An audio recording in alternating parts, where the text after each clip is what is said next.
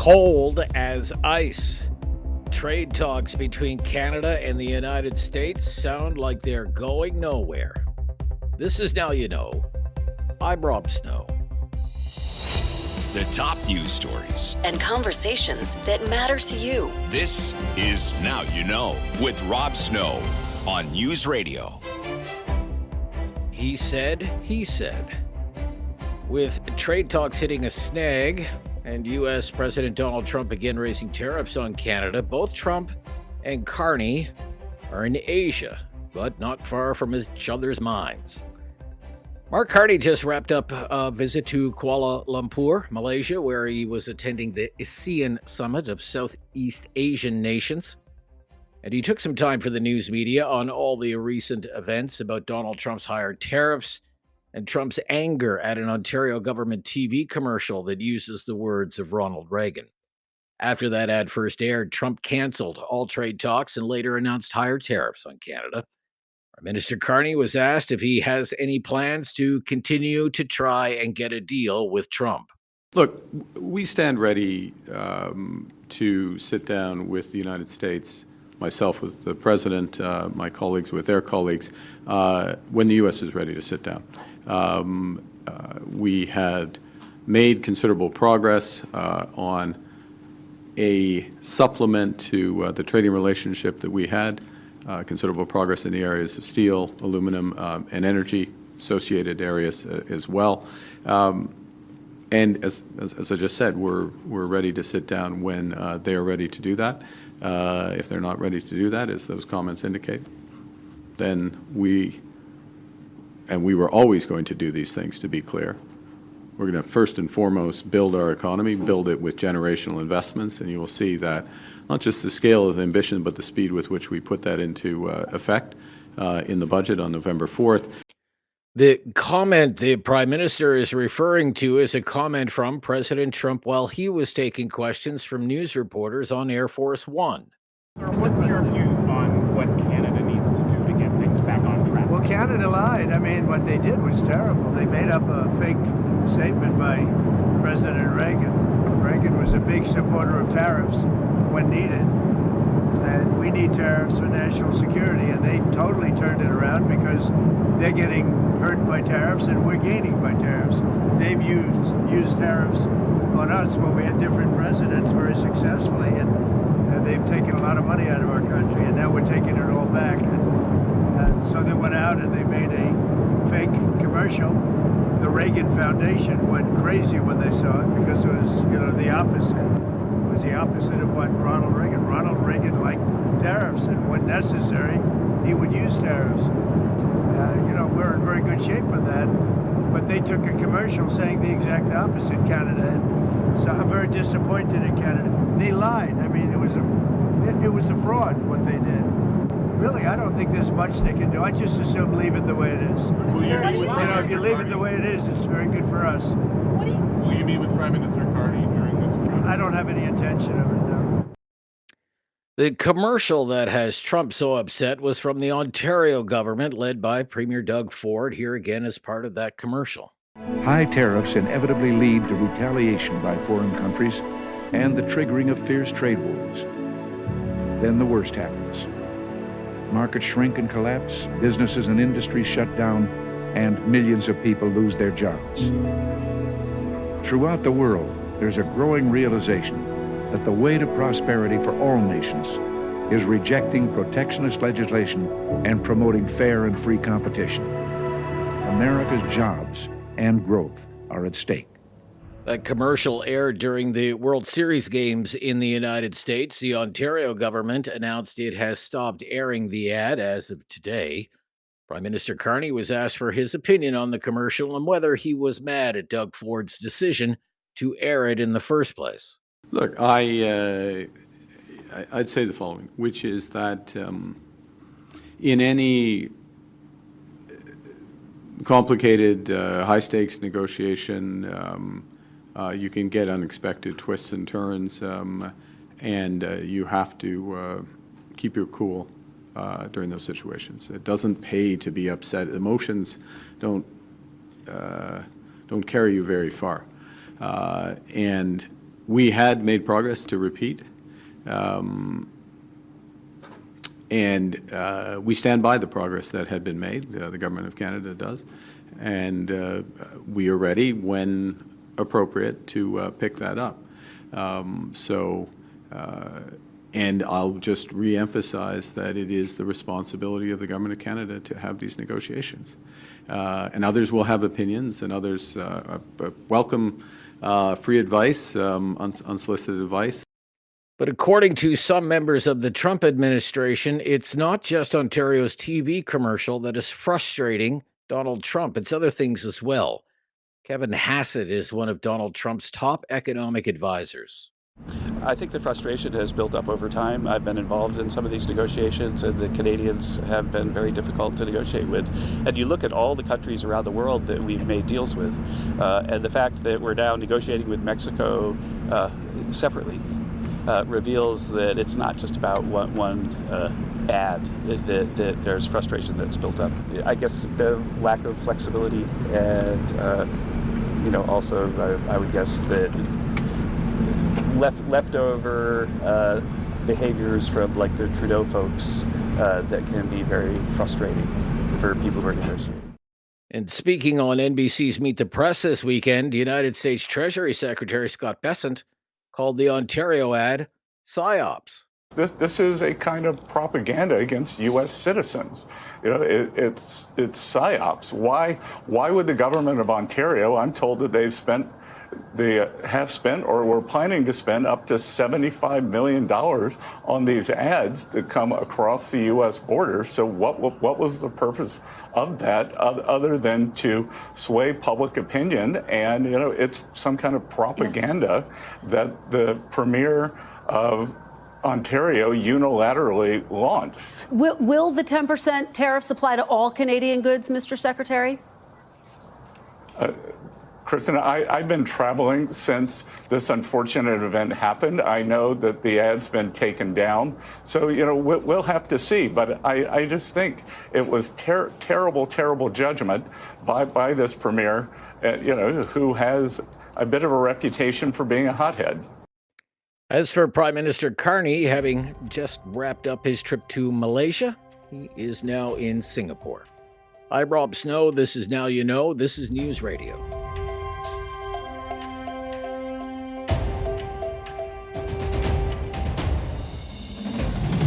Now You Know with Rob Snow continues on News Radio. Trade talks are on hold. The relationship between Canada and the United States right now on trade seems frosty at best. Some Canadian industries are struggling because of tariffs, and the federal budget is coming November 4th. Joy Nott is here, partner, Trade and Customs at KPMG. Thanks for joining us. Thank you for having me.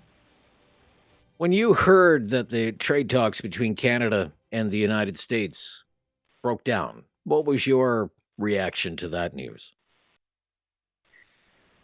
I mean, obviously that's not good news. Nobody wants to see that kind of breakdown happen. That being said, I think it's just a matter of time before the talks restart, simply because they need to restart. The amount of trade that happens between Canada and the United States is so significant that, we have to keep talking, even though at times those talks could be maybe a little tense. What impact is all of this trade uncertainty having on the Canadian economy? It's having a real chilling effect, to be absolutely honest. For a lot of companies, Canadian companies traditionally have focused on the U.S. market. So for a lot of them, the level of uncertainty as to not necessarily knowing how to properly price their goods into the U.S. market to remain competitive, the uncertainty of tariffs that seem to be changing, often with no warning. Tariffs can change. There's been a couple of times when proclamations and executive orders have been signed on a Friday afternoon and they become effective on Monday. So with very little warning, often you get changing environments. So companies are they're hesitant to they're hesitant to give up their U.S. customers. By the same token, they're also hesitant to invest. They're not sure where to invest. They're not sure exactly how to handle everything. And saying to diversify markets, it's one thing to say that the strategy should be to diversify markets, and I agree with that. Diversifying markets to markets aside from the United States is absolutely what Canadian companies need to do. That takes time and it takes money. The Canadian government was sounding hopeful that it could be close to a sector-by-sector deal with the United States. As recently as early last week, there were even news stories that something might be announced at the APEC summit, for example. What do you think the chances are of that now? I mean, you have to take the U.S. president at his word. I think the chances of something happening at the APEC summit now are pretty slim, if not zero. But that being said, like I said earlier, the trade between our two countries is so significant that not talking for an extended period of time, I don't think is realistic. So talks will start again. It's just a question of when, and will it be at the APEC summit? I think that may not happen. Okay. What's the good news? Is there any good news about this situation that you think perhaps isn't making the news? I think that there are bright areas that companies can focus on. So you heard me talk earlier about needing to diversify away from the U.S. market. Keep in mind that 2025 is my 40th year doing trading customs, and in my work I have traveled all around the world, always with talking about international trade. That's always been what I talk about. And when you travel the world, Canada is viewed very positively around the world. There is a sense that, for example, food products that come from Canada are of high quality and that they're nutritious. Goods that we make are seen as being high quality. We have a very good reputation. So diversifying around the world, yes, it takes time. Yes, it's going to take some investment for companies, but it's not like we don't have willing trade partners out there on the horizon. We absolutely do. And in the news media that I've been covering this morning, Prime Minister Carney has been talking about how Canada is an energy superpower and how we have, oil and we have liquid natural gas in abundance and that we are open for business.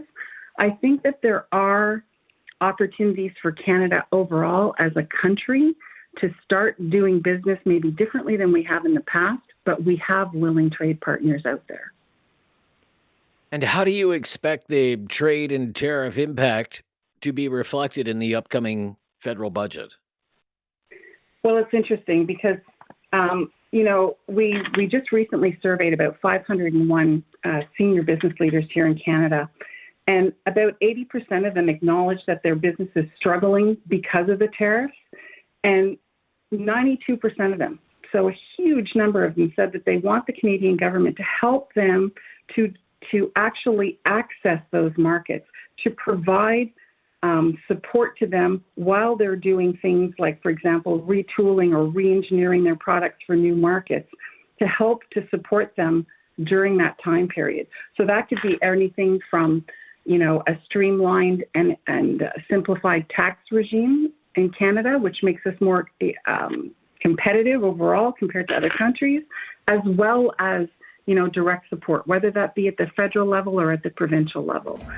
Sort of a calling for all hands on deck to help Canadian companies during this transition period to get from where they are today to what they need to be tomorrow. Thank you, Joy Nott. Nice to have your insight today. I appreciate it. Thank you for having me. Partner Trading Customs at KPMG. This is Now You Know on News Radio.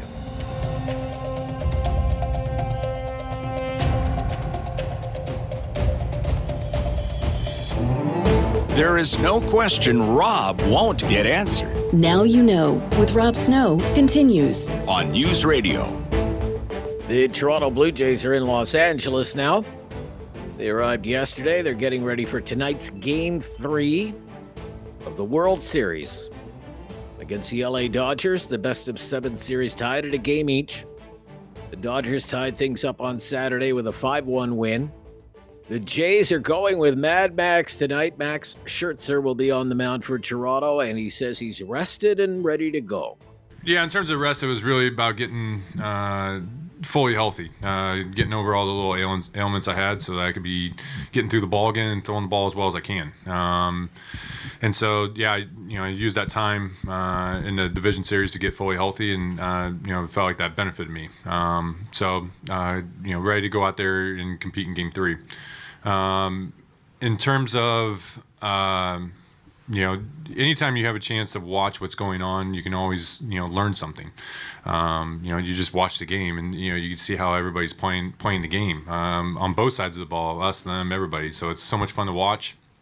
Last night was crazy, obviously, but tonight will be as well. So try to watch as well as I can and come up with a game plan, obviously, the next day. Jays manager John Schneider was asked what went into his decision to put out Max Scherzer for Game 3. He said experience played a role. It's kind of why we lined him up for tomorrow, and without having too much of a layoff from a rest standpoint. It's you look at some of these guys, they got, almost a regular season full of stuff in the postseason. When you look at him or George, a lot of guys on their roster, obviously, too. So you feel good. You feel good about that. You feel good that he's going to be able to absorb the situation, the atmosphere, what comes with it, and then kind of get to competing and locating. So we're fortunate to have those guys, and you throw Trey in there, who we asked to do Game 1, right? I think that having the other guys around him helps him with that too. But I'm looking forward to seeing Max go out there on a field he's familiar with and a stage that he's familiar with. The next 3 games are all in Los Angeles. No days off in between. Game 3 tonight, Game 4 tomorrow, Game 5 Wednesday. John Schneider says he expects to lean on everyone. We were fortunate in the ALCS with starters, getting to where they did in those games. So you want that to happen again, to try to save some arms. And I think in terms of circle of trust, again, I've said it all along. I trust everyone that's on the roster. And we're probably going to need everyone when you're playing 3 games in a row. So we tried to build it to where there's multiple guys that can give you multiple innings. But I think that it starts on the mound with the starter. If you can churn through some innings, and even if it's just saving 1 inning here or there for one of your bullpen guys, that's huge. So hopefully we can be as fortunate as we were in the CS. And as for the other side, Dodgers superstar Shohei Ohtani, speaking through an interpreter, said the Dodgers have to respect the Jays lineup. Really good lineup. Yoshinobu navigated that lineup really well. I mean, you have to really have good stuff to be able to put up good results. So, for myself, I'm just trying to put myself in the best position to be able to make sure that I can navigate and put up good results. Pitching tonight for the Dodgers, Tyler Glasnow, who has appeared in 3 games so far in the playoffs and is sporting an ERA of just .68. 8 o'clock start time, Eastern, on Sportsnet all across the Blue Jays radio network, including the radio station you're listening to right now. This is News Radio.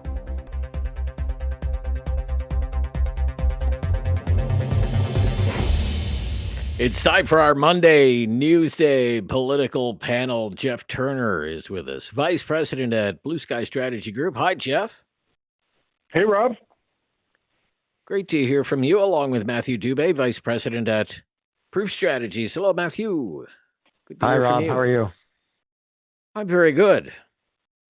How would you, Matthew, describe the state of the Canada-U.S. relationship right now? Challenged, I think would be a polite way of putting it. But I mean, look, it's hard to say, really. I mean, Trump seems to be a bit of a weather vane on these things. I mean, to think that this ad that the Ontario government produced would generate such a reaction. I mean, I don't know how someone who's in politics could be so upset about an ad. I imagine his opponents put worse out there on the airwaves about him. So if that's what's going to throw him off about the trade negotiations, then I suspect that the relationship's maybe not in quite as good a state as it felt like when he's being all chipper with Prime Minister Carney in the Oval Office. It really seems to swing one way to the next, and it's not entirely clear where it stands. And I think, if I may, one last point I'd make on it is, I think the Prime Minister has to be a bit more forthcoming with Canadians about where things stand. I mean, it's great to keep calm and carry on, but at some point in politics, you need to communicate with the public a little bit more. What's the strategy and where do things stand? Because I couldn't tell you, and I haven't heard it from the Prime Minister beyond the typical cliches about we're working on the best deal for Canada and everything. Well, maybe we would fire up another nationally televised address. Didn't we just have one of those? Maybe that would have been the opportunity. Geoff, how would you describe the state of the Canada-U.S. relationship right now? Yeah, I think within this 72 hours of obviously developments that are really consequential with the president making that decision based on the ad, ostensibly, I actually reflected on this. I actually think the relationship is the same as it's been since the end of January. I don't think actually even in the ups and downs and the friendly meetings or the unfriendly episodes, really the relationship of the United States has been kind of chugging along in the same way that it got flipped into earlier this year, which is they're exerting maximum leverage in a very unfair way, in a way that often will damage their own interests rather than, grow the pie. And they're sticking to their guns on tariffs and on all of this sort of, not really deeply rooted policy, decisions by the American government, their MAGA policy. And so really, through all those ups and downs, I think you step back a bit and say, it's still a distrustful relationship. It's still one with a lot of irritants. It's still one where the two countries are, very much on different courses right now. It's one where President Trump brings all of his baggage and ego and persona and actions into that, and one where Canadians are almost entirely turned off by those things, but we recognize that they have a lot of leverage over us and we have to work with them. So it's funny, Rob, I just thought, I don't think the relationship's actually changed in the last 72 hours. Okay. I don't think it's changed in the last 7 or 8 months. What do you think how of we get through it is really difficult.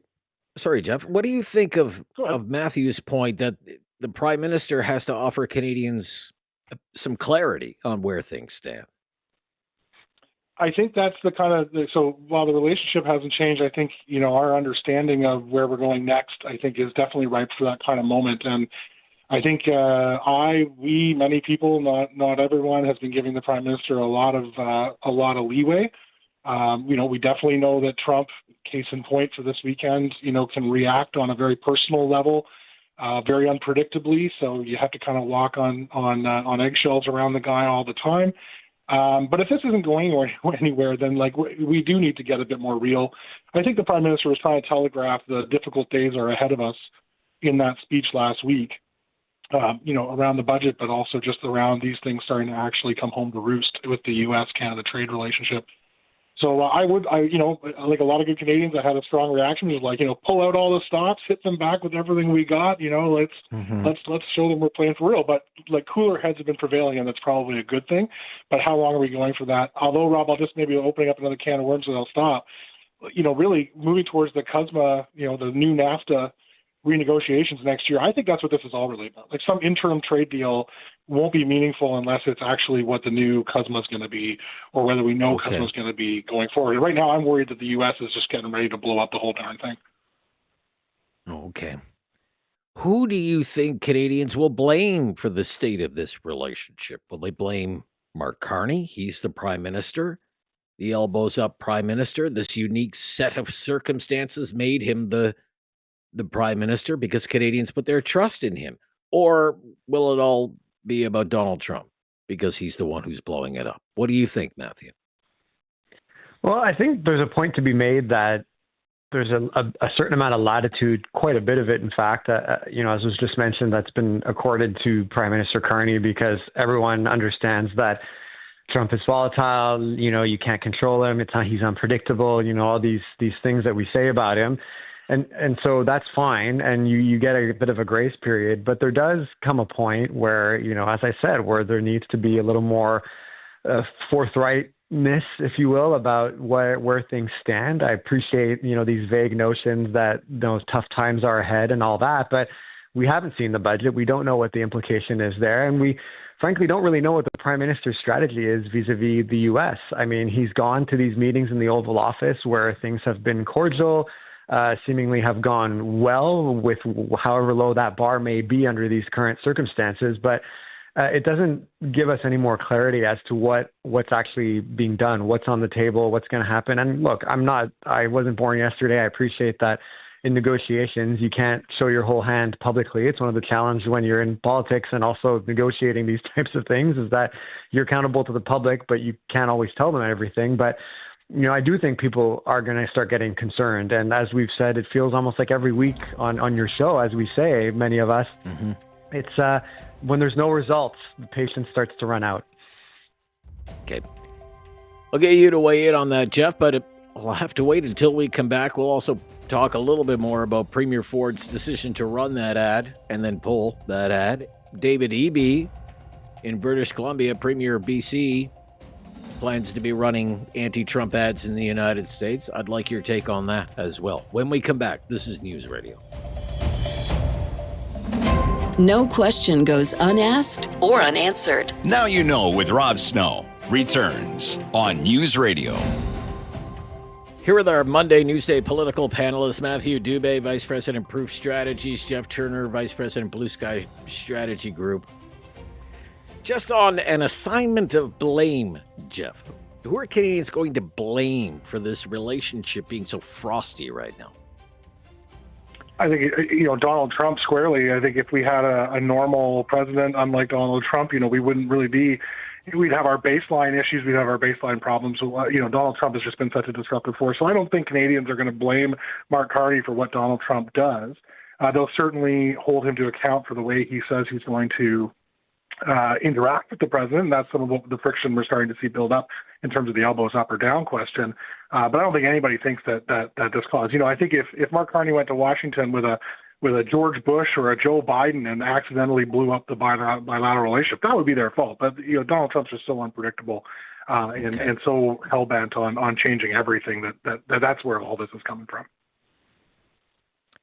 Premier Ford today defended his decision to run that Reagan commercial and then pull the Reagan commercial, called it the most successful television commercial in the history of North America, when everybody knows that that's Where's the Beef by Wendy's. But nevertheless, how wise was it to run an ad like that? What do you think, Matthew? Well, look, I think, no matter what, I think something, Trump's going to find a reason. I mean, we're assuming, we're taking everything at face value that it's because of the ad, but a number of weeks ago, it was because of Canada's position in the Middle East. He was threatening 10 talks. At other times, it's been over, the rhetoric of certain politicians. We saw how volatile he was vis-a-vis Chrystia Freeland and Justin Trudeau when they were renegotiating, North American free trade the last time around, going back to 2018. And so, at the end of the day, if it wasn't this, it probably would have been something else. I think Doug Ford's job is to represent Ontarians and the workers in Ontario.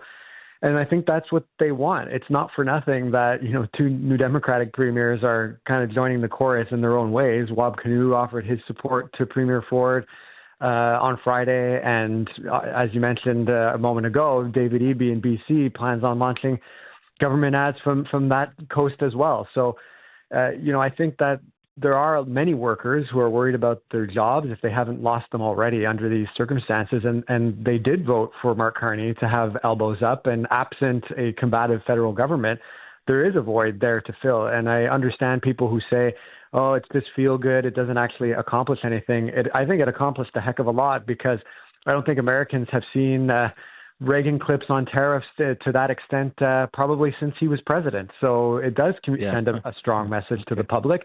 At this point, the way Trump behaves, the only way you're going to solve this, I think, is with some democratic accountability. And what better way to do it than getting the public on side with what Canada's position is?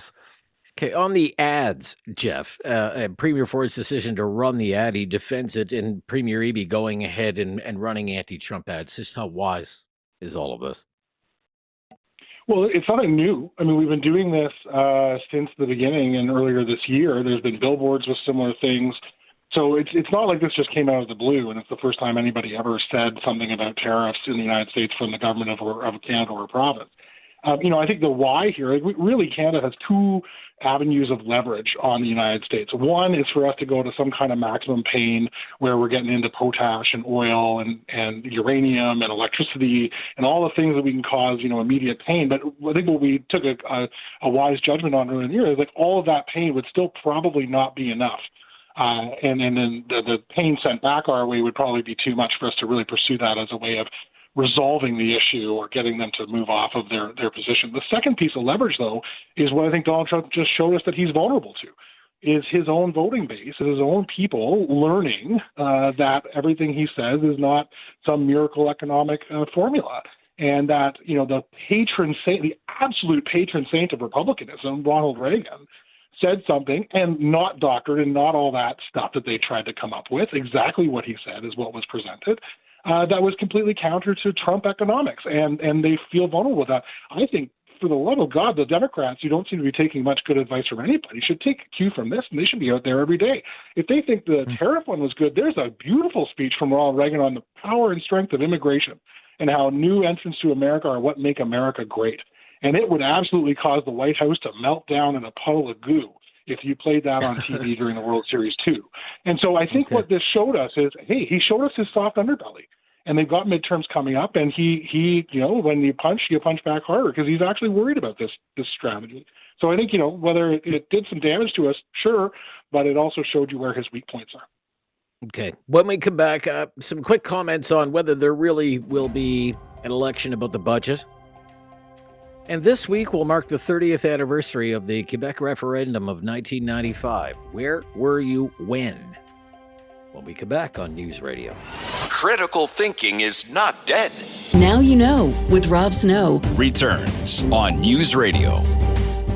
It's our Newsday panel with Matthew Dube, Geoff Turner. Okay, we need some quick answers here. What are the chances there will be an election over the budget, Matthew? Matthew? Is Matthew there? No? Did we lose him? Oh, sorry about that, Rob. Oh, there you go. He's on mute. That's okay. I'm sorry about that. I didn't want you to hear the ambient noise, and here we are. You didn't hear me at all. I'm going to take the under. Unlikely, Rob. I think it's very unlikely. Very unlikely. Okay. Geoff, what do you think? Unlikely but possible. I think every day we get closer. I didn't expect any party to stand up and say we're totally going to vote for this budget. Normally, the NDP would play that function. The challenge I have is they don't control committees. NDP aren't even on committees. So you've got the Bloc and the Conservatives who are not going to support this budget. So even if the NDP all take a sick day and don't vote against it, you still have committees to get through. So it's a non-zero chance. I'd put it in the 20 or 30% range is what I'm sort of thinking on behalf of my clients. It's okay. Non-zero chance. Okay. We're going to be asking everyone we speak with this week on our political panels this question. This week marks the 30th anniversary of the 1995 Quebec referendum. Matthew, what do you remember about that moment in time? Where were you? What were you doing? I won't say how old I was. I might embarrass myself, but I was old enough to have memories of canvassers coming in the door and a lot of tension in the family because my dad's family, who are francophones, there was a mixed bag there in terms of whether they were voting yes or no, and a lot of deeply passionate debates. It's not for nothing that the turnout was almost 100% based on how people were responding. So I remember a lot of that tension, and I remember it being the only time in my life I saw a door knocker get what for from my Anglophone grandmother at the time. We were visiting her on the west part of Montreal, and she it was it was something. But it's a very vivid memory, despite how young I was at the time. Oh, yeah. I mean, the country was just wrapped up in that. Like almost nothing like I have experienced in Canadian politics, the 95 Quebec referendum. I was a university student at the time and I was going to Carleton, and I had a roommate who was a farm boy from Saskatchewan, and we just sat there in this dingy apartment on this television with rabbit ears wondering if the country was going down the tubes. Geoff, where were you? What were you doing? I'll date myself. I was a grade 9 student on a school night in Toronto at the time. Definitely, so remember it through that lens of being, young enough to not really grasp all the details, but old enough to realize something really big was happening. And certainly remember a couple of points, the big rally in Montreal, the big no rally for the federal side that people came in all the buses and remember seeing that kind of covered all day long. And then certainly on the night of the vote, everybody on absolute tenterhooks. I don't remember if we got a result that night or if it took a day or two to trickle out, but I think everybody knew it was a hair's breadth away from a significant change and was quite somber about it. And then I think just a lot of relief in the days following from those on the no side.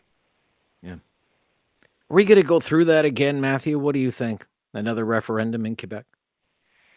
I don't think so. I think, there's just a poll in the Quebec media last week, saying that over 60% of Quebecers would vote no in a referendum. And the thing is that what people don't realize often is how hardened those positions are. I think there's a new generation of voters in Quebec, and obviously there's a lot of identity politics that go on, a lot of nationalism and all those things. But I think that can all coexist with an understanding that this, for better and worse, the current setup works, and there's no point in upending the apple cart. So I'm inclined, even if the PQ wins the election next year or whenever it takes place, I don't think so. Certainly not anytime soon.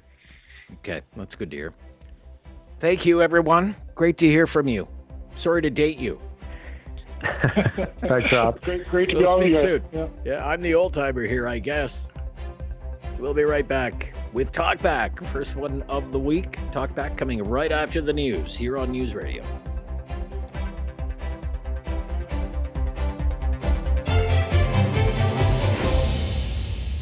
Welcome to Talkback. It's 2 hours of debate and discussion on the big issues of the day. Today's topic is a basic income guarantee. Basic income guarantee. It's also sometimes called a guaranteed annual income.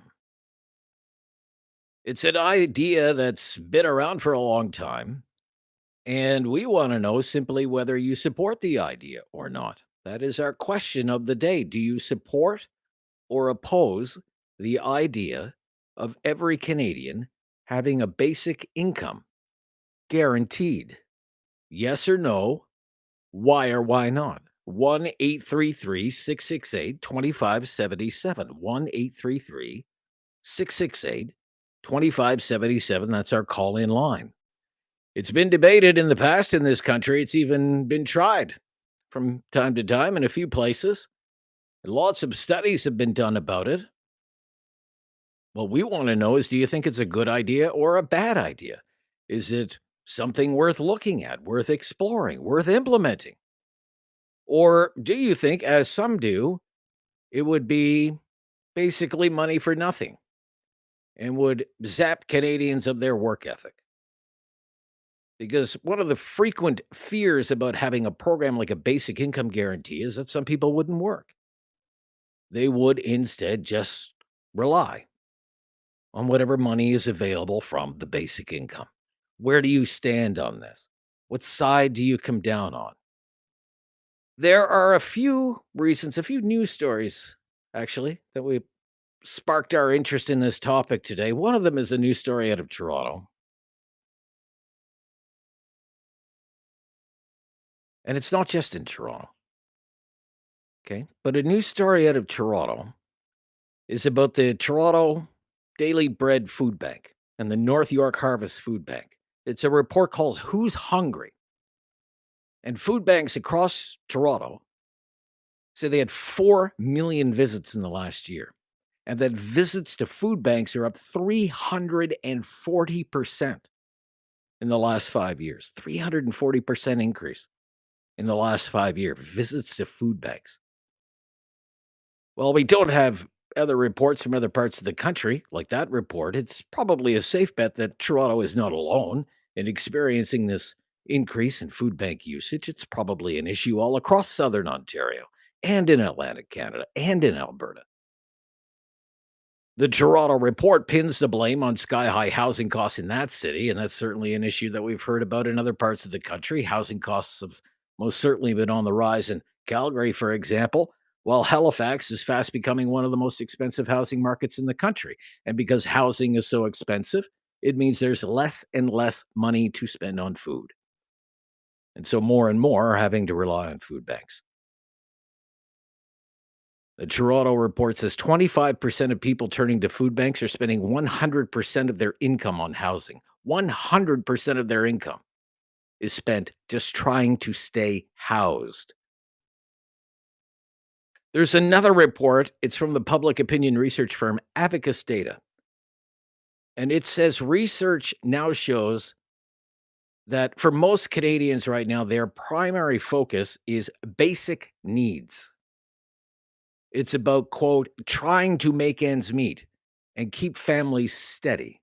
It's about, quote, the uneasy feeling that even if you can pay the bills this month, you're not sure you'll be able to next month. But whether it's a Toronto Food Bank story or this research from Abacus Data, so many of the people who are worried about putting food on the table or keeping a roof over their head or being able to pay all their bills in the run of a month, a lot of them are working people. Some of them are working 2 jobs. In the case of the food banks in Toronto, half the clients visiting food banks in Toronto are working, and more than a third are working 2 jobs. The Abacus research speaks about the young professional delaying the purchase of a condo because they're worried about job security, and the baby boomer worried about home repairs because they might not be able to afford them on a fixed income. Now imagine not having the means of a young professional, or not having the means of a baby boomer who might own their own home. What's it like for them right now? If these are the struggles being faced by working Canadians with university degrees, with jobs or retirement benefits and mortgage-free homes, what are the struggles for people on edge who don't have any of that? And so some might suggest, what if we had a basic income to help those people? A certain threshold, a guaranteed level of income, nothing extravagant, but enough so that people could afford an apartment or afford to buy groceries, put food on the table, give people some dignity. It has been experimented with in the past in this country, pilot program in Manitoba in the 70s, in Ontario in 2017, 2018, under the Liberal government in Ontario at the time. It was canceled when Doug Ford became premier. An interest in the idea of basic income was renewed during the pandemic when the federal government rolled out CERB.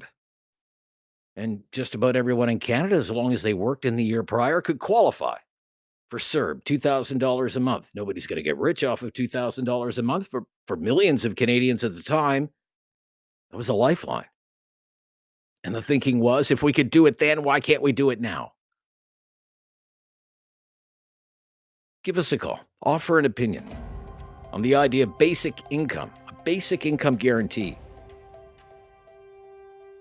Do you support or oppose the idea of a basic income guarantee? If so, why? If not, why not? And we'll see where the conversation takes us. The call-in line 1-833-668-2577. If you've never called before, just mention that. We'll make your call a priority. And tell us whether you support or oppose the idea of a basic income guarantee for all Canadians. 1-833-668-2577. I'm Rob Snow. This is Now You Know. It's Talkback on News Radio.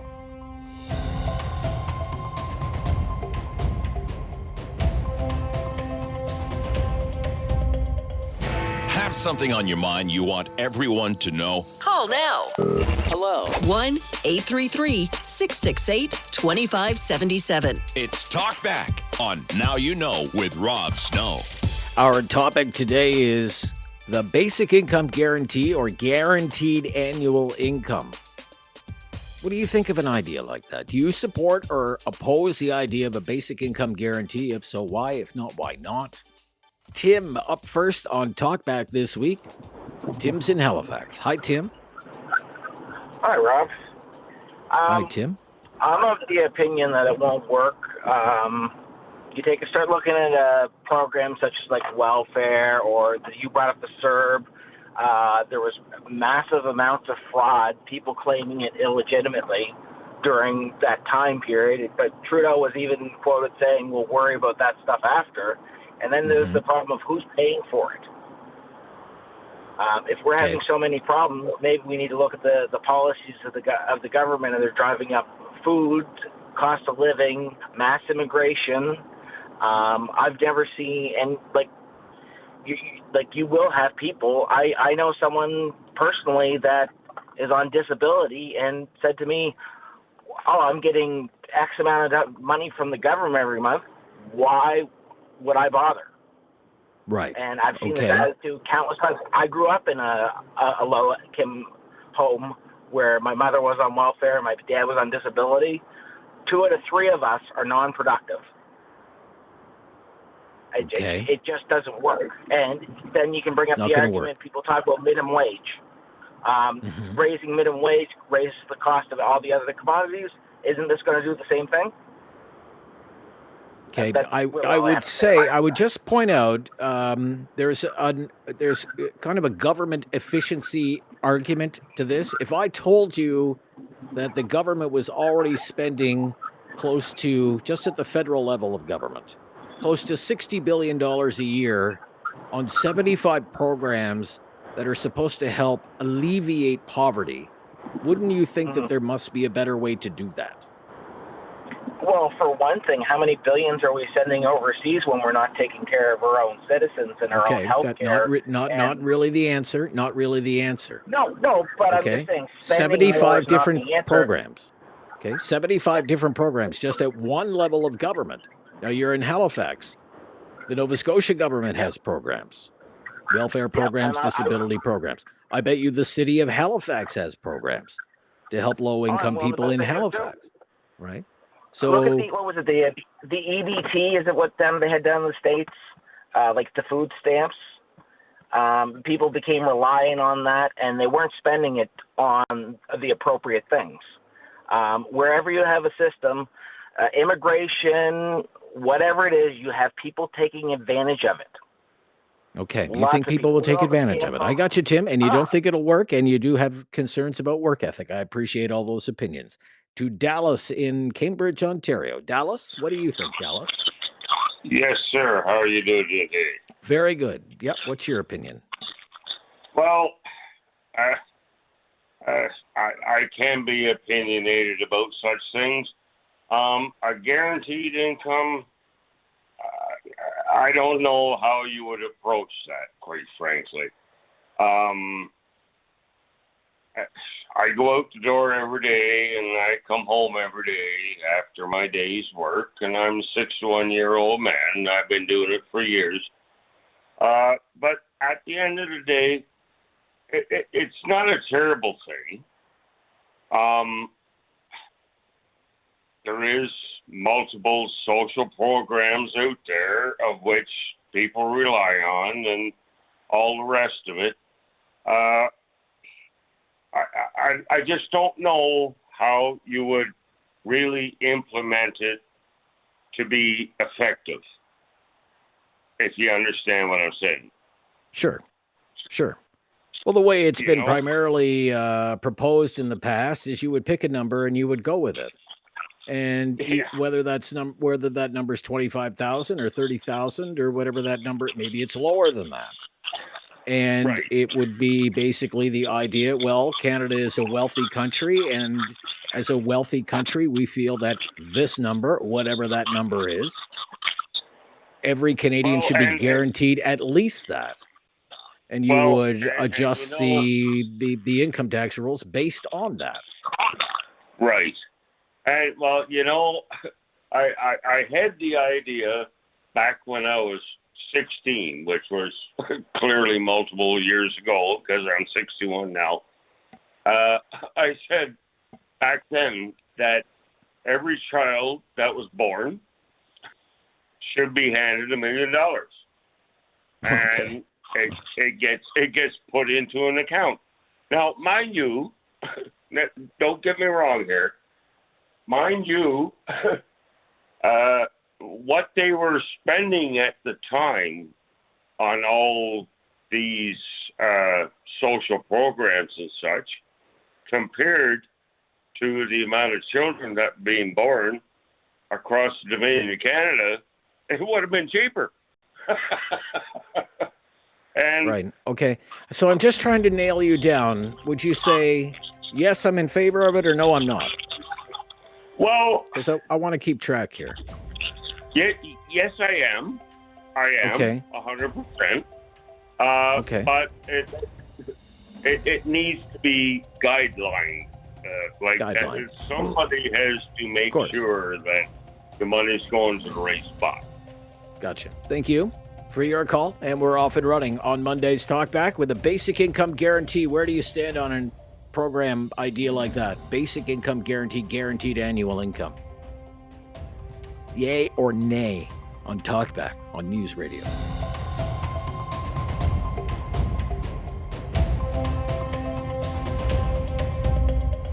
Have something on your mind you want everyone to know? Call now. Hello. 1-833-668-2577. It's Talkback on Now You Know with Rob Snow.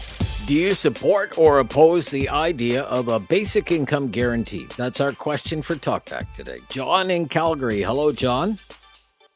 Hey, Rob. Great show as always. Thank you. I think to answer your question, we've got to decide, are you asking for more additional funds or are you asking for better distribution of existing funds? If you're asking for more money into the system, I'm going to say no. We already fund enough social programs and we're all poor enough already. So I don't think we should be piling more money into the system. But if you're saying everybody should get $10,000, $15,000 and we get rid of the 75 programs and the multiple other hundreds across the country, and we simplify that, everybody gets it, and I end up paying more tax on the back end to adjust for that change, the answer is yes, it's a much simpler process. But I do not agree with funneling more money in. We're already paying in billions and billions, and we're not going to solve through this solution food banks. That's because we're not. I don't propose that we pull more money in, so there's no more money available, if that kind of makes sense to you. Okay. The Parliamentary Budget Officer has done 3 reports on this, and one was released earlier this year. It said to run such a program, a basic income guarantee for every Canadian, would be expensive. It would cost $107 billion a year. But it also suggested it could cut poverty in Canada by 40%. Now, you know, poverty costs money as well.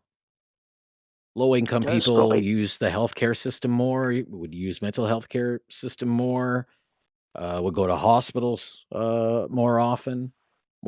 If you've ever been to a courthouse, I used to cover courts and crime for a radio station in Ottawa. You don't see rich people involved in the criminal justice system. You go to a courthouse, you see a lot of poor people, however. So there's probably a cost there as well. Would there not be a benefit to cutting poverty by 40%?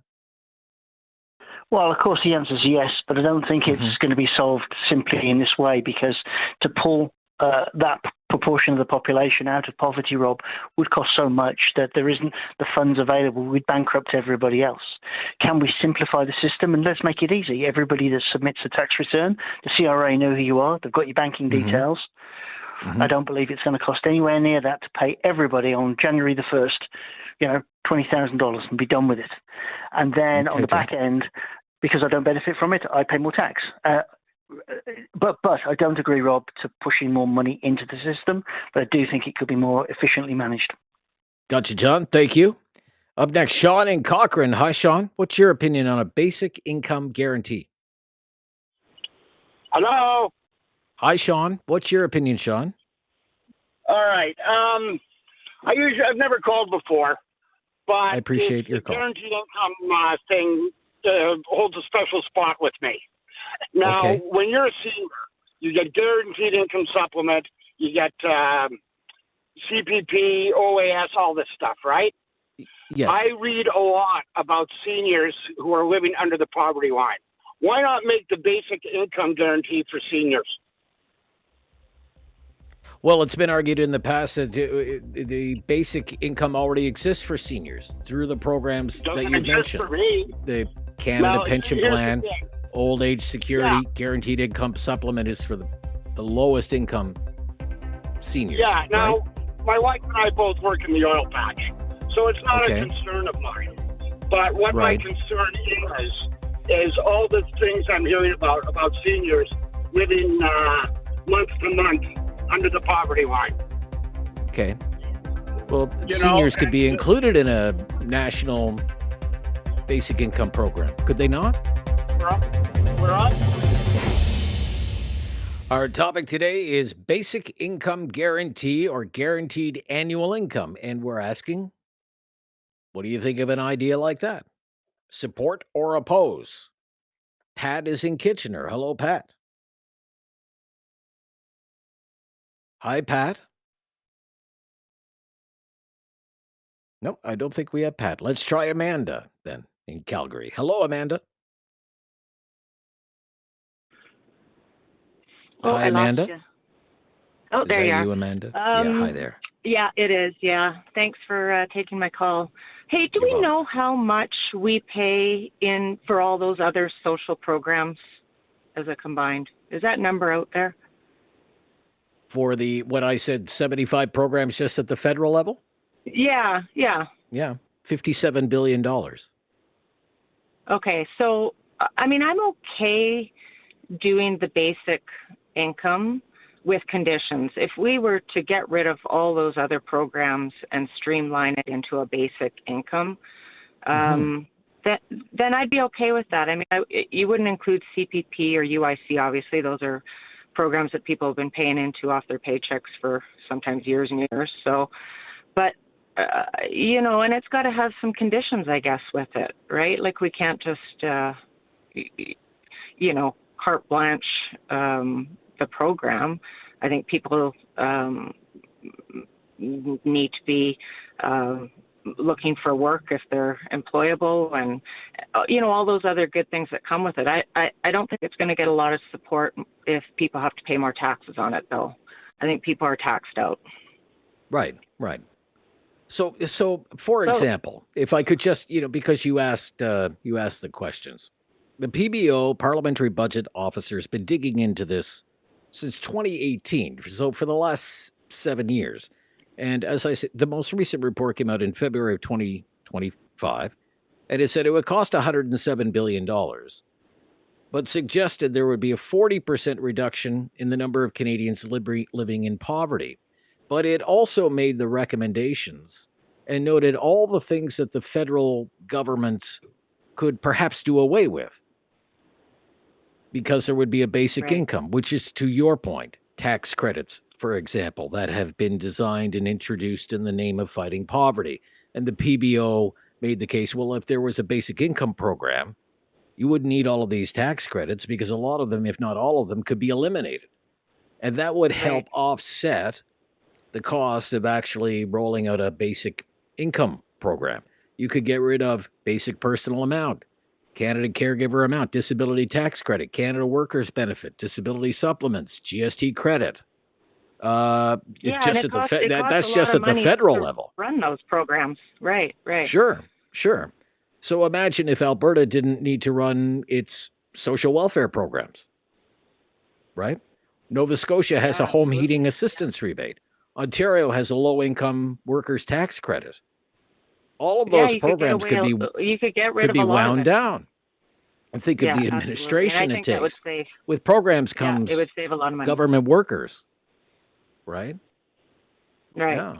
Yeah. So But this is why I say there's another way to look at it.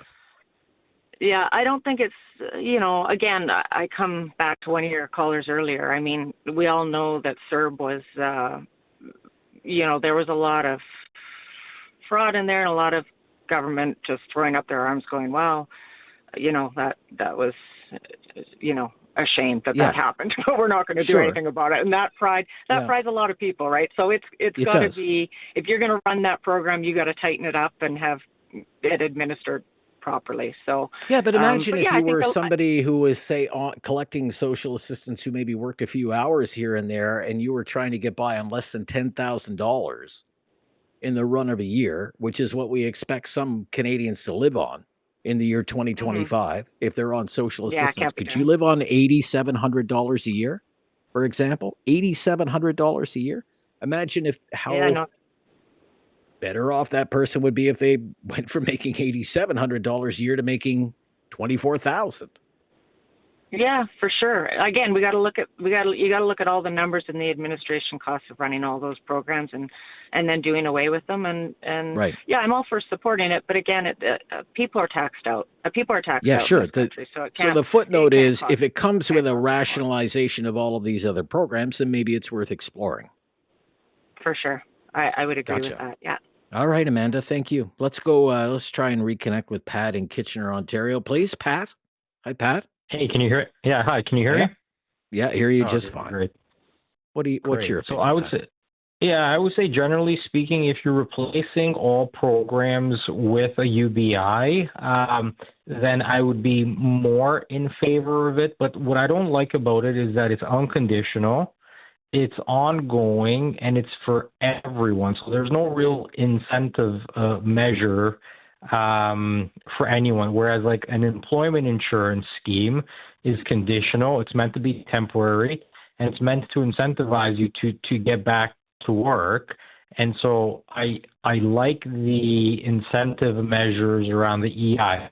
Like, I don't think necessarily to deal with some of the issues that we're faced with respect to like food banks and unaffordability. A UBI is the answer. The answer is to have policies that make your country richer, because what a UBI will generally do, I think, is it's going to be a time of price discovery amongst products and services in Canada, and it's going to be inflationary, because all you're doing is just adding more money to the system, but you're not producing more. It's not like you're producing more products or services, and so all you're doing is spending more money for the same product or service. So that's inflationary.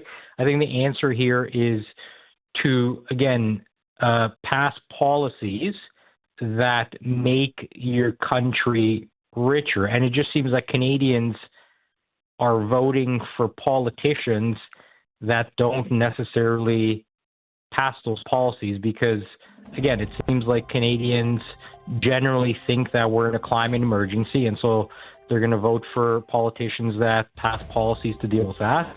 And then also Canadians talk a lot about equity, where, you know, they see certain subgroups of the population being underrepresented, and they want politicians to deal with that. So politicians are responding to the needs of Canadians, and it's not necessarily to become a richer country. All right, Pat. Very well reasoned. Thank you for your call today. Be right back on News Radio.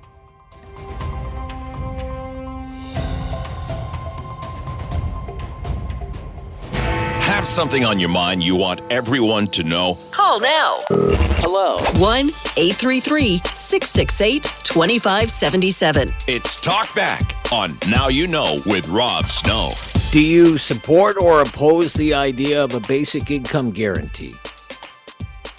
Eric in Cole Harbour, what's your answer, Eric? How are you, Rob? Very good. Thank you. Good. Okay, I got a couple of questions for you, and then I'm going to make a comment. If you take the cost of all the government programs that are in place now, unemployment insurance, and all the other benefits that you receive, what is the cost of those right now? Do you have any idea?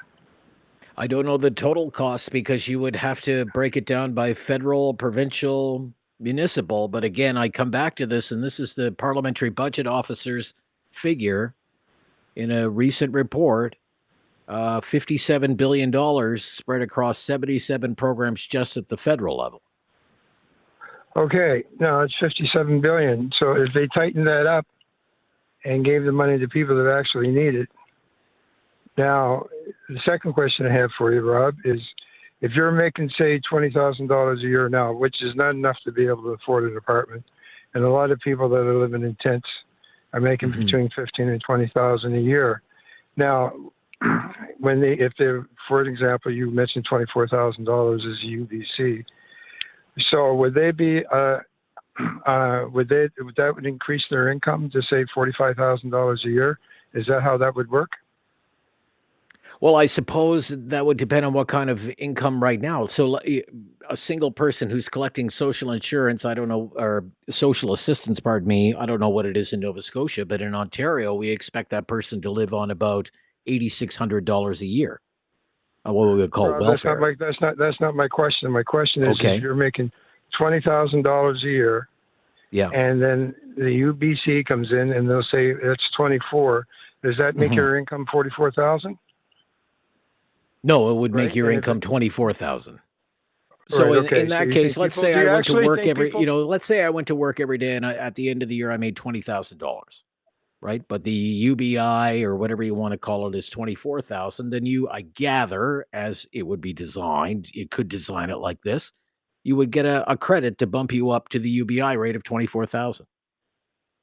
Okay, how's that going to solve anything, Rob? Is that going to solve inflation? Is that going to solve the cost of food? That's my point. It's okay. For me, okay. it's universal. I got another point to make here, if I Yes. may. Sure. It's universal basic control. If you do some research in this, and Okay. I would encourage you to do some research on it. I'm not going to get in a big dissertation about it. Right now in England, they have what they call digital ID, and by 20. Well, I've been digging into that. Yeah. Well, no, it's important. Okay. 2029, right? And then you have to have an app, and then you can't do anything unless you have that app on your phone. Then it will work in the central bank digital currency.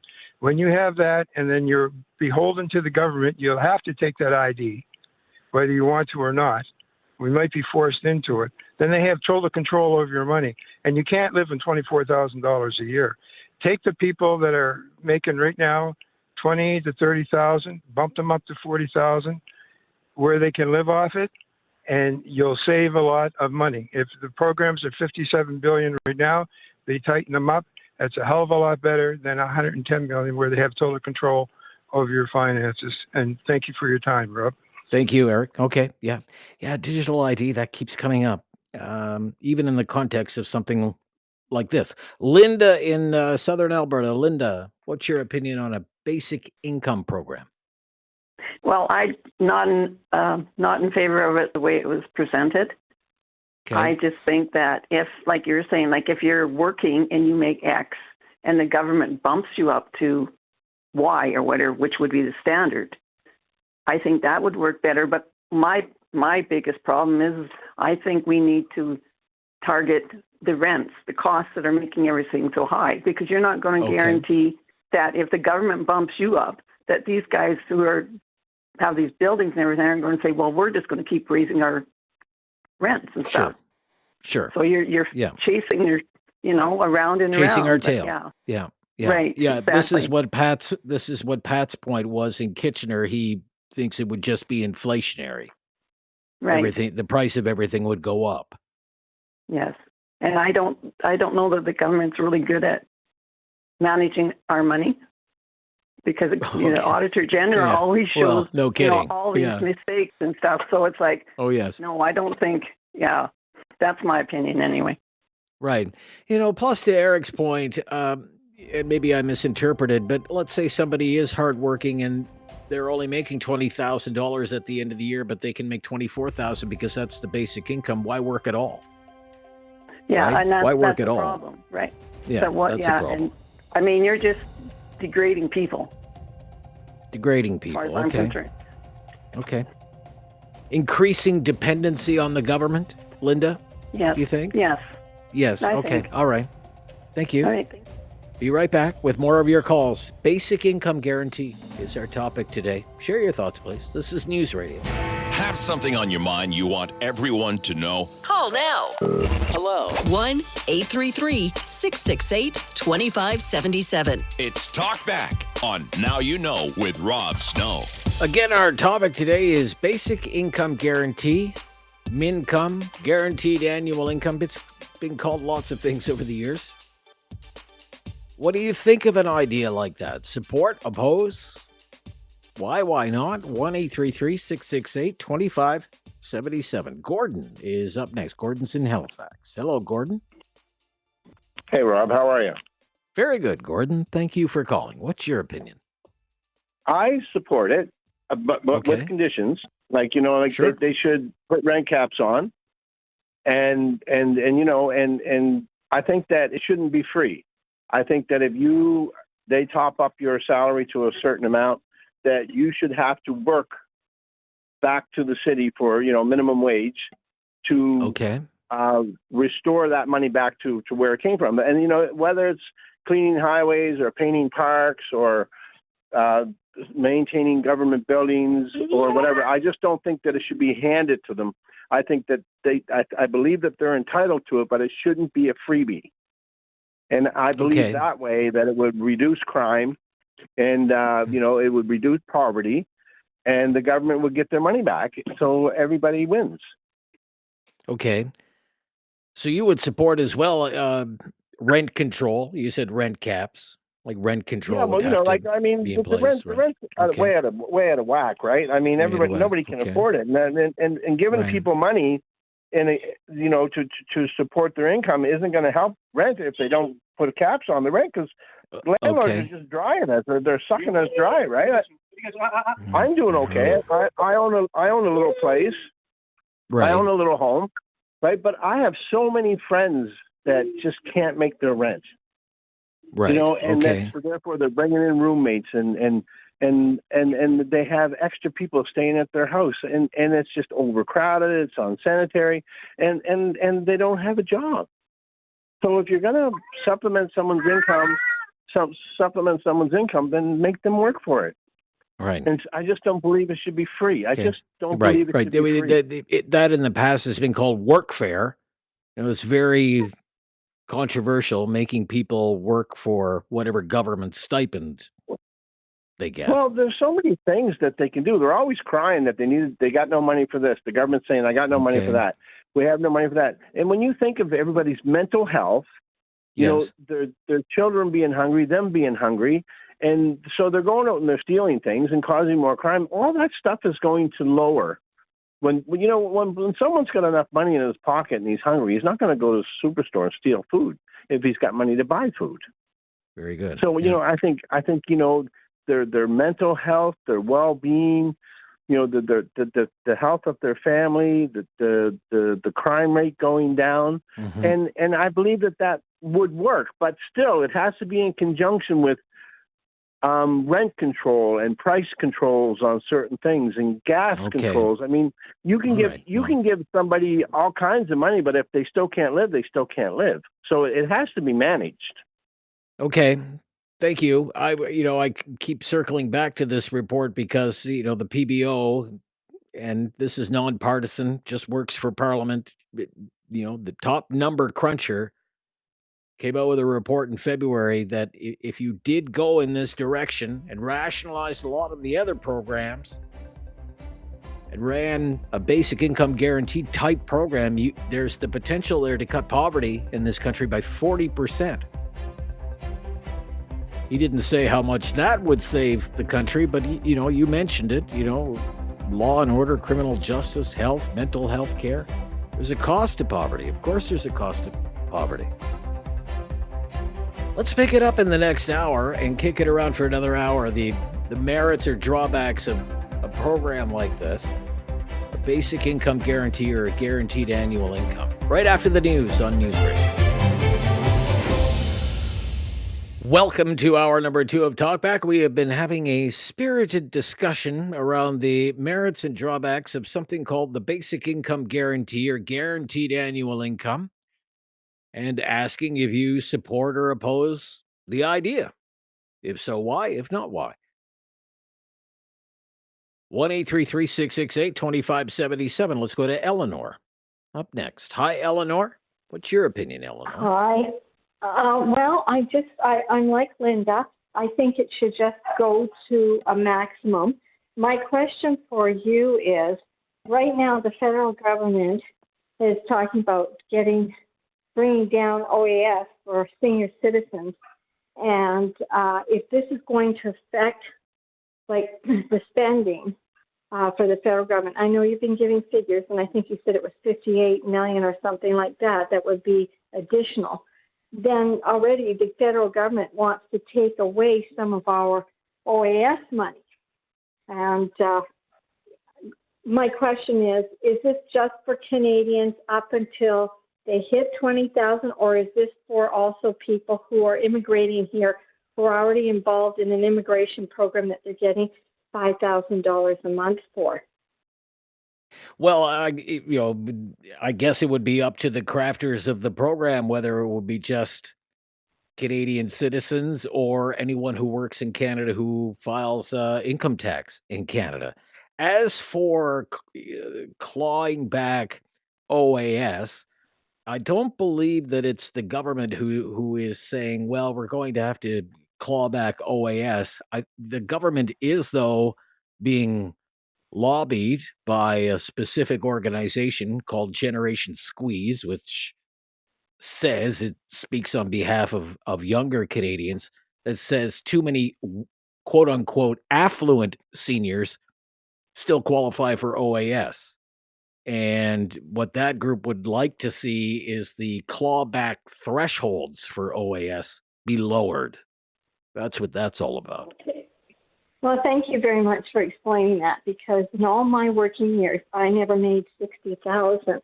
And Yes. so I look forward to my OAS, and I would like to continue with the CPP and OAS that I put money into all those years. Of course. Before Yeah. retiring. So, Yeah. well, thank you. Yeah. Good show. Okay. Thank you, Eleanor. Yep. Let's go up next. Jonathan is up next in Calgary. Hi, Jonathan. Hi, Rob. Good morning. Yeah, Thank hi, you Jonathan. for taking my call. You're welcome. What's your a very opinion? good topic, Rob. Catches Okay. my attention again. That's good. My reaction is I will, as you noticed me, I don't know if you remember me in my previous comments from your show. I'm not agreeing on this idea. Instead, what I have in mind to help us make our lives better. Maybe if Canada is really a rich nation, why not abolish the income tax? That will directly alleviate the lives of all hardworking Canadians. And also, if you own a house, if you fully paid your house, why you're still paying property taxes? It feels like you're still renting to the city or wherever you live, right? So, I mean, also incentivize to increase our productivity, because if you work, you don't pay income taxes. If you don't work, you don't get an income. And see, I think that will incentivize most of the people to work, and it will increase our productivity of all Canadians. And in that way, I think people's Okay. lives will be better. Well, what would public services look like if there was no income tax? Where would you get, say, the $400 billion a year or so that just the federal government raises in income tax? No, that's my reaction earlier is you mentioned earlier Canada is a rich country, right? So that's why we have this kind of idea. But I disagree with that. Canada is truly, to me, in my opinion, is not really a rich country, because we still pay income taxes like Saudi Arabia or in the Gulf states. They don't pay income taxes. They get their revenues from their natural resources and the businesses that's being generated in the country. Okay. They can still afford their I understand. And, to run their and as far as, country. if people pay off their homes and they're mortgage free, why would they still pay property tax? Well, they're still using the services that the property is on. There's still, water, sewer, infrastructure to fund, roads, Well, sidewalks, all of those things, right? we but we are paying our utilities, water, heating, sewages, and everything. We're still paying for that, and we're paying. We're paying for that, and if the city or the government can generate other means of revenues, if we really maximize our productivity of the country. Right. We Okay. have a very rich So what about this idea? deposits of What about this natural idea? resources. Look, let's circle back here, okay, and get back to the brass tacks here. Everybody in Canada deserves a certain level of income. Pick a number, whether it's 20,000 or 30,000 or 25,000 or whatever that number is. Do you support an idea like that? Just by virtue of being born here. What do you think of that idea? If we are going to do that to answer the poverty issue of the most vulnerable sector in our society, I will say no. Because No. Okay. All poverty right. poverty of a person is not. You will not solve them by giving money. Okay. Okay. If you give them money, You think that people will you think die it's more in a about shorter time. the behavior of the individual person. Fair enough. Got to run. Interesting. Be right back. Talkback hour number 2, basic income guarantee. Yes or no? You like that idea? Yes or no? This is Talkback on News Radio.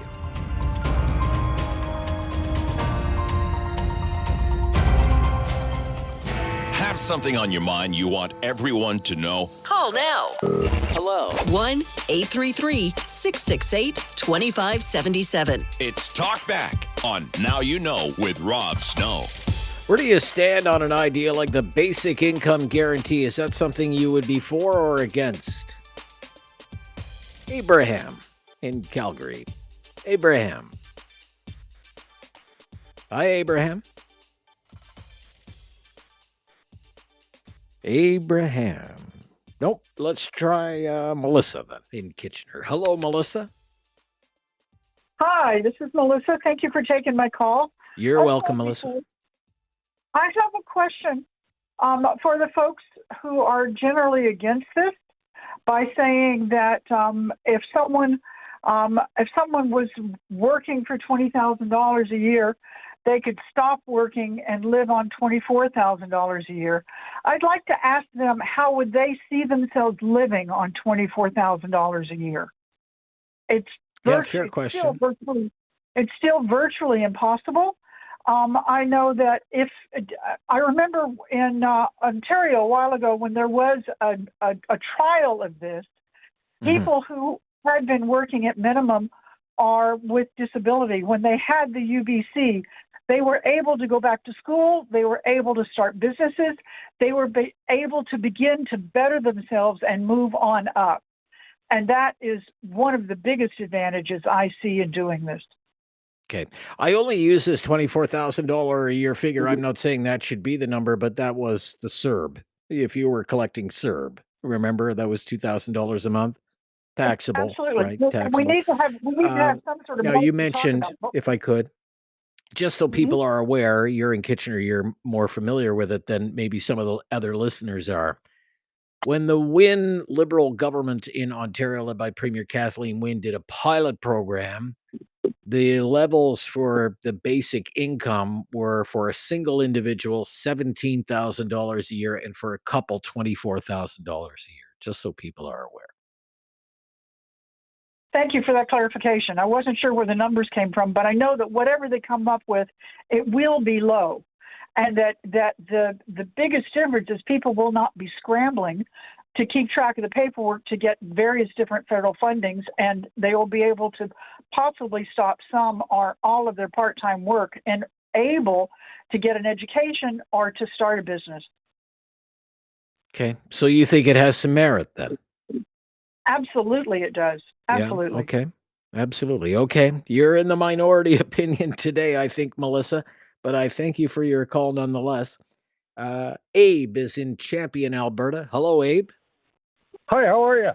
Very good, Abe. What I do you wanna- think of the idea? Well, in order to answer it, I want to give you a bit of a background of my idea first. Now, statistically, this what I'm going to say is sound. 60% of the federal money that we give them in taxes and all that kind of stuff, their earnings, the federal government, is spent on transfer payments. Transfer payments is unearned income. Of that 60%, fully 2/3 goes to pay for administration, the civil service.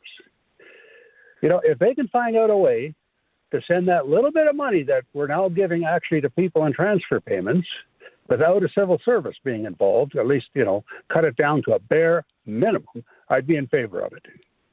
But, you know, with the way we give out money now in our history, if we give a guaranteed income, it's just we already owe enough money. It's just going to go through the bloody roof. And I just want to make a reference. So I'm not for it or against it. It's just the whole notion of how we handle, you know, like I say, if we were to handle it differently and we wouldn't have a civil servants really involved, I could go for it. But the way it is now, no, they're just going to balloon our expenses. Now, the previous caller, a few callers ago, made a mention about no income tax. Now, your question was, and it was a fair one, the question was, where are we going to get, federal government going to get the money from? Well, I propose this. I don't think the federal government should have a lot of money to spend. I don't think provincial governments do because they waste it. As far as, if you look at the jurisdictions in the states that don't have income tax, they do very nicely. But the difference is this. To me, anyways, the big difference that I find is this. The homeowner has to pay it, the landowner. The tax, that's where most of their revenue comes from. And let me tell you, they are darn careful when they vote there, who they vote in, and the kind of money they're going to spend. Like, I just look at Calgary in the last, 5 years here with the city government, the city of Calgary. While there was just complete nonsense. Everybody was arguing that they had a better way of spending all this money and getting us further in debt. I remember some years ago I was doing some work in, this was, to be fair, around 1981. I went and spent quite a bit of time in outside of Seattle and in one of the cities. And what amazed me was I had just paid for a house in Montgomery and Calgary, $51,000 for an old 600 square foot home on an R2 lot, a 50 by 120 foot lot. And as I was walking around there talking to people, because I went door to door there on some sort of campaign for some religious group, Young and Foolish, I belong to, and and what I noticed was this. For that 50, and our dollar was pretty well on par. For that 50 grand in that place there, where they simply, I could have bought a duplex there for God's sakes and owned it outright. And then I started looking at the streets there. I walked down. No, just a second. I looked at the streets and I talked to people. They had the choice whether or not they wanted to pay for paving their streets, curbs in, sidewalks in, whether they wanted to be part of the public system. Yeah, we're kind of wandering all over the place. And I want to kind of stay focused today on this basic income guarantee. You're saying there may be some merit to it, but there'd have to be, again, I come back to this, a rationalization of all these other government programs. And, you don't want it to be some kind of big expansion of the bureaucracy. I understand that, Abe. It's a very popular opinion today, as a matter of fact. And it was something that has been highlighted by the Parliamentary Budget Office. I can remind people what the PBO has said in the past about the merits and the drawbacks of a basic income. But I'd rather hear from you. Let's try and stay focused a little bit on the issue, though. This is Talkback on News Radio.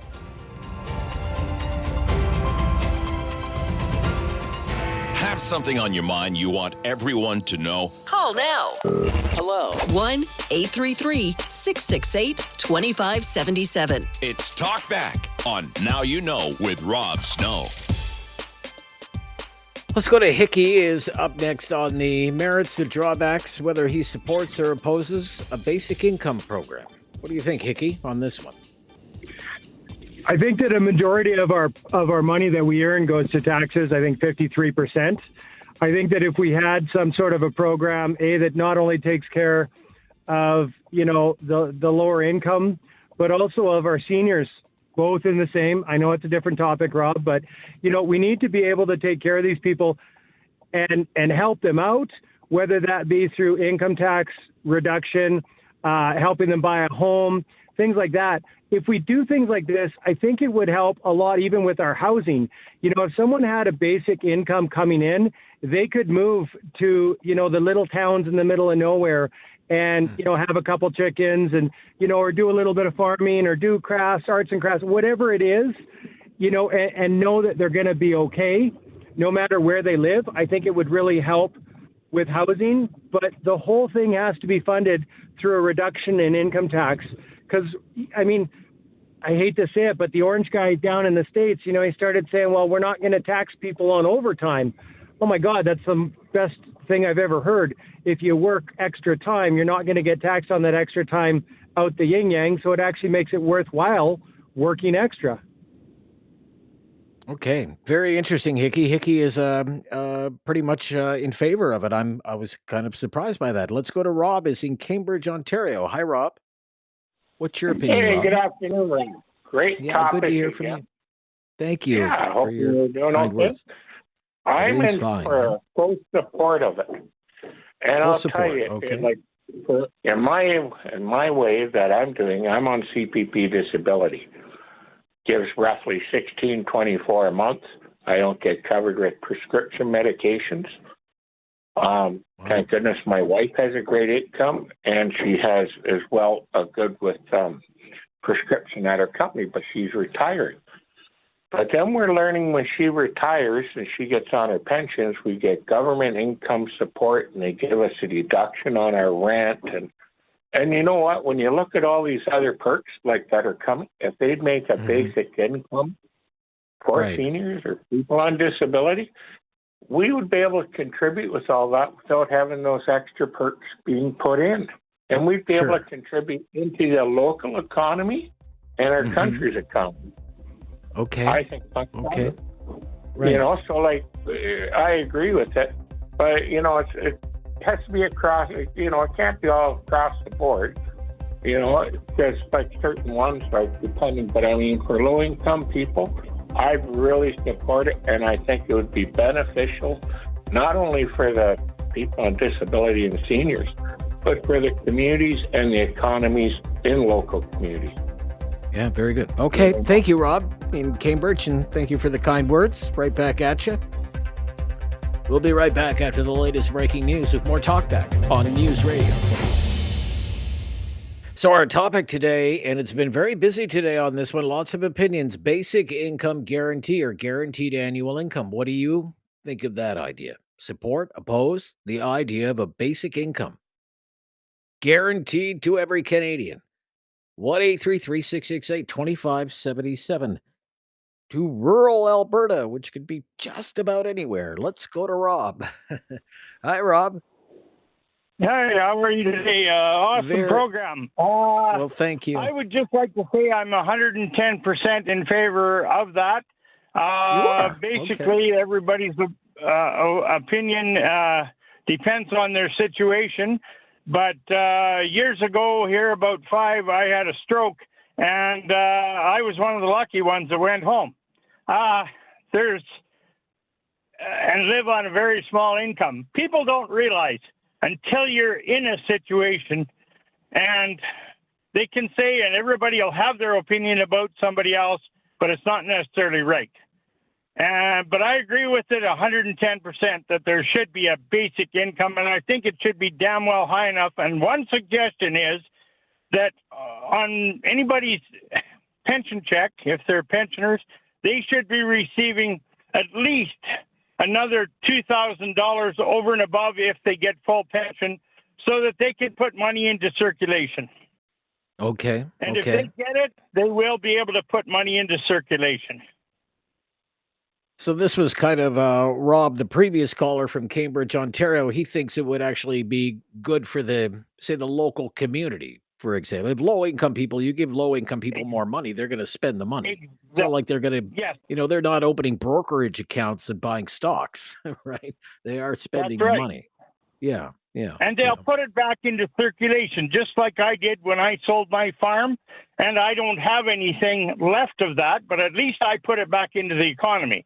I didn't blow it. I blew it on myself, I guess. I didn't invest it maybe, but I blew it on myself. But at least money is put into circulation. And if the government, like they did, not saying, I'm not blaming Liberal, Conservative, NDP, Bloc, anybody. I'm just saying, when they 2 or 3 springs ago here, they were at was it 92 billion, and by fall they were 127 billion. Well, damn it all, if they can find that kind of money to put out there and blow it all around the world, then I think they can damn well find out money to give to their people that built this country.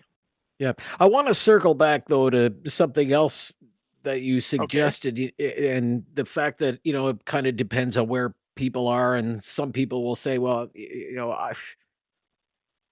there's no such thing as a free lunch, and people should work in it. But life can come at you fast, is what you're saying, right? Yeah, you never know when life circumstances are going to change, and you're going to be the one that's in need, and you were. That's right. Yeah. That's right. Yeah, that's really One minute I ran out the door on the 12th of October 5 years ago in 2020, and 2 hours later, I had a stroke. Couldn't walk. But I was one of the lucky ones.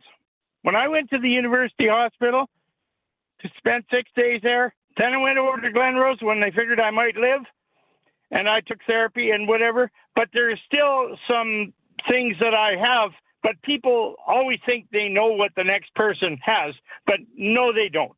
Until they live it, they don't know. But yeah, your situation can change immediately, and all of a sudden, that's the way it is. Yeah. Thank you, Rob. Very thoughtful. Yep. Strongly in favor. Very good, sir. Have you down for that. Grant in Kitchener. Hello, Grant. You're up next, Grant. Thank you. I Hi, disagree with the proposal of having a guaranteed income. Okay, why is that? And my view is there will always be poor people. There will always people that have extreme changes in their life, etc. We have there's so many government supports now. It's unbelievable. And yeah, there's hoops to go through to get there. And on top of that, all these communities that I know of, they have got so many groups of organizations that donate to help the local people. So I disagree with it at 100%. So anyways, that's just my view. Okay. You're right. There are a lot of programs and they cost a lot of money. I mentioned $57 billion just at the federal level. Okay. Across 75 different programs just in the federal government, not my figures from the parliamentary budget officer. And then you take programs are administered by, the Ontario government or even your local government. Maybe in Kitchener you would have things like subsidized housing and low-income bus passes, these sorts of things. So do you not think, given all of these different programs and all of this cost, that maybe there could be some streamlining in some of this through a program? Well, like this? There could be, but it always costs money to change. And a wise man taught me when I was a very young man. I was very fortunate to have the older men teach me. And one of my neighbors I have many neighbors who were very wise men at the time and helped me. And one neighbor said one time, we're talking about income tax. He said, figures don't lie, but liars figure how to manipulate figures. Right. Yeah. Okay. Yeah, that's an old line. Yeah. Figures don't lie, but liars figure. Yeah. Okay. Thank you, Grant. Totally opposed. From Rob in rural Alberta to Grant in Kitchener, and two opposite views. What's yours on the merits, the drawbacks of a basic income guarantee? Have your say. Lots of time to fit you in today at 1-833-668-2577 here on News Radio.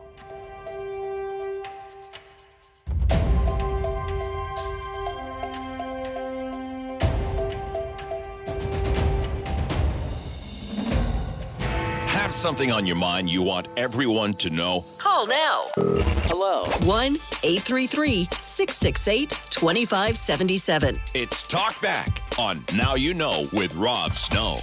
We've been kicking around this idea, basic income guarantee, guaranteed annual income.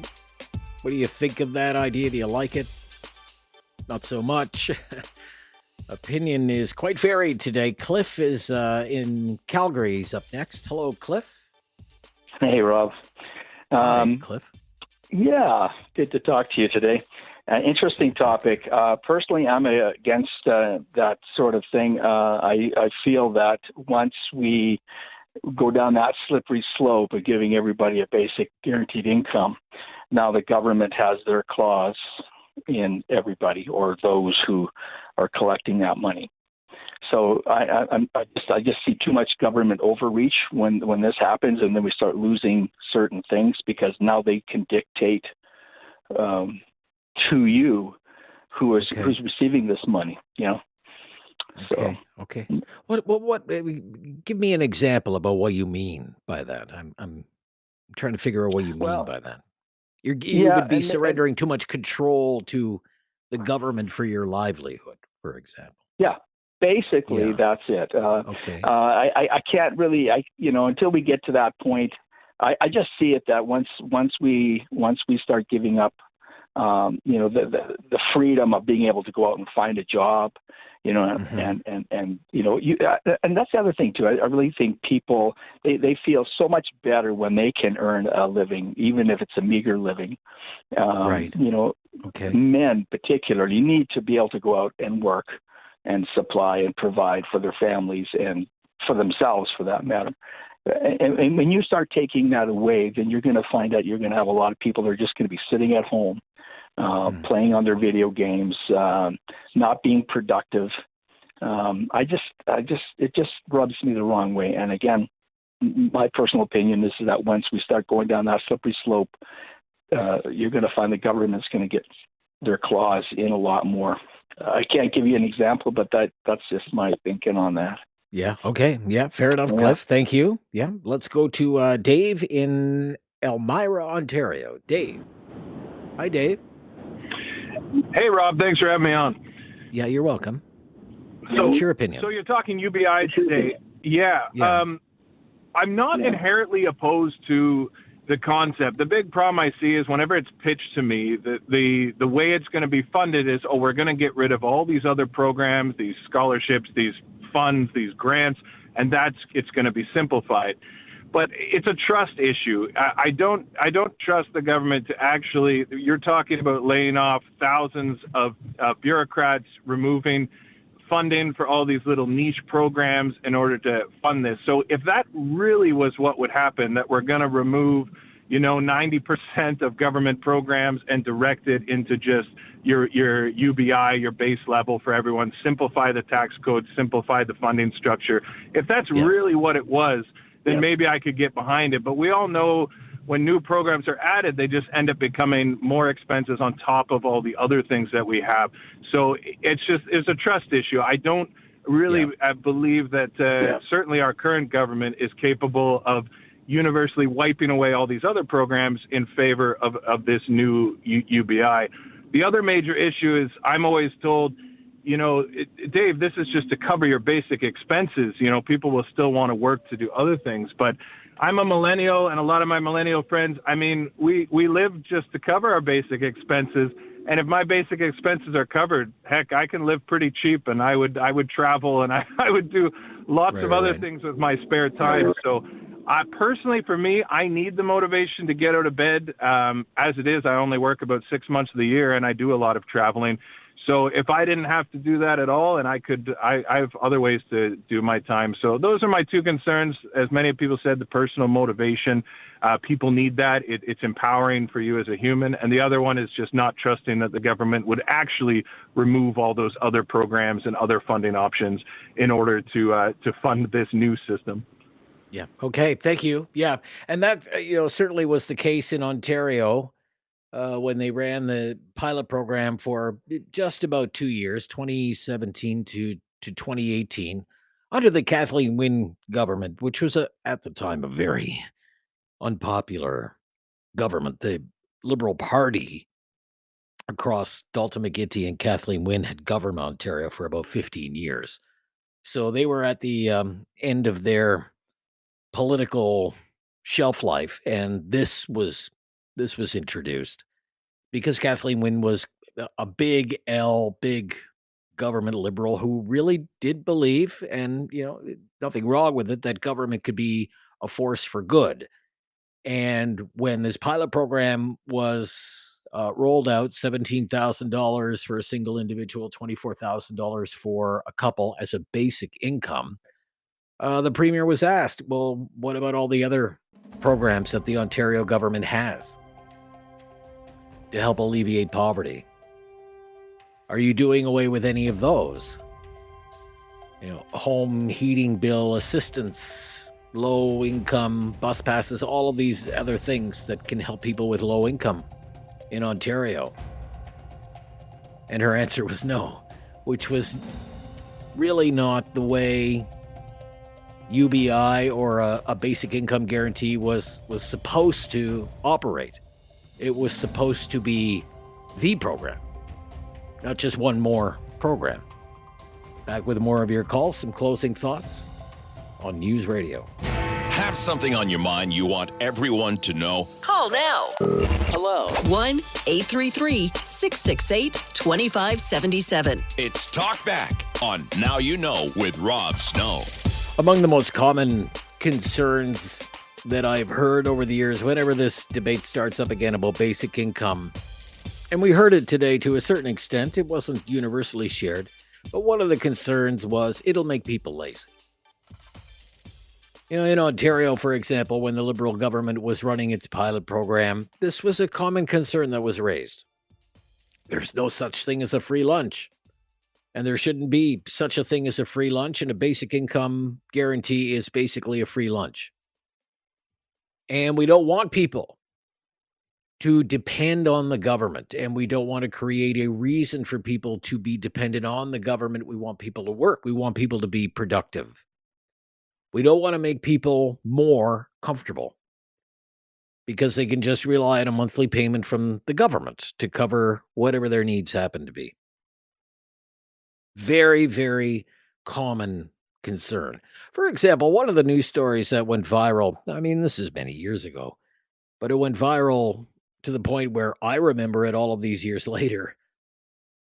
During that pilot program in Ontario, there was a story in the paper about a guy who worked as a bank teller in Hamilton. And he didn't like being a bank teller in Hamilton. It came through in the news story that being a bank teller, he felt it was beneath him. It didn't fulfill him. It didn't satisfy him on an intellectual level. He didn't feel stimulated by the job.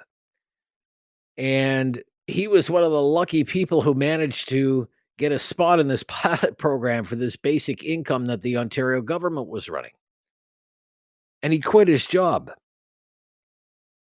He walked into the bank manager's office in Hamilton and said, I quit. This was someone with a university degree from McMaster University who was working at a local bank, and he quit to collect the basic income because he had dreams of being an artist. But he couldn't pursue that dream and work at the bank at the same time. But he could pursue that dream if he was getting a basic income guarantee from the government.